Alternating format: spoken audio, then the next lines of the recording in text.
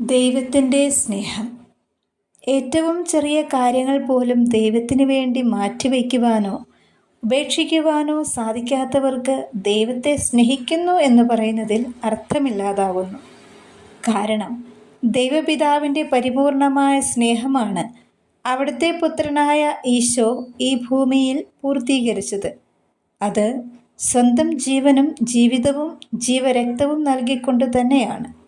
ഈ വിലയ്ക്ക് പകരം വയ്ക്കുവാനോ കൊടുക്കുവാനോ ഒരാത്മാവിനും ഒന്നും സാധിക്കില്ല.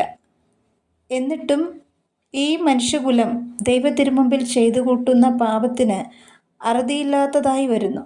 എങ്കിലും എല്ലാത്തിൻ്റെയും അവസാനം നമുക്ക് ലഭിച്ച ദൈവസ്നേഹത്തിൻ്റെ മുൻപിൽ ഭയത്തോടെ നിൽക്കേണ്ടി വരുമ്പോൾ ചെറിയ പാപങ്ങളുടെ ഭീകരത തന്നെ നമ്മെ വേട്ടയാടും. കാരണം അവ വളരെ അധികം നിസ്സാരമായി നമുക്ക് ചെയ്യുവാൻ സാധിക്കുമായിരുന്നു. ആമേൻ.